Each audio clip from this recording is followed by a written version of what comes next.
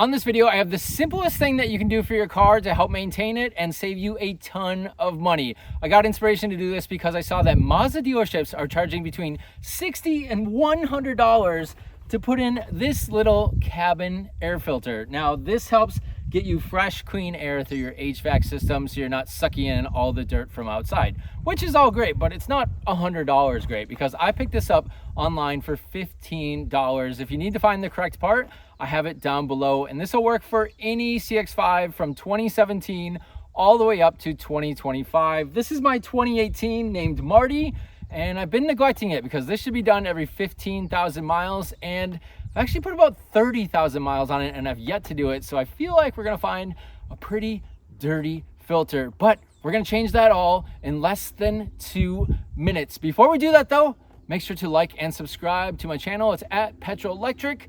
I post a ton of content because, like I said, this is my daily driver. So if you own a CX-5, I think you'll find it handy. All right, let's jump into the project. So here we go. The air filter is located right behind the glove box. So just open it up and make sure to clean everything out because it's gonna all spill out otherwise. Now mine is just a bunch of paperwork that I've never looked at, but I've seen some nasty glove boxes out there. So be prepared, you're gonna have to empty that. Then all you gotta do is take both hands, squeeze it just a little bit. You'll see these tabs will come out and you get some extra space to work with here. Now, some videos might claim you need to take this piece off as well to open it even further, but you really don't. There's plenty of room to get your hand in there and get access to the old air filter. I'll give you a better look right now. So now I see why other YouTube videos had pulled that extra tab so you could get a better view, but I think this will work out. This piece right here is your cabin air filter. So you're gonna take your fingers and just pinch it. It's super simple to slide out.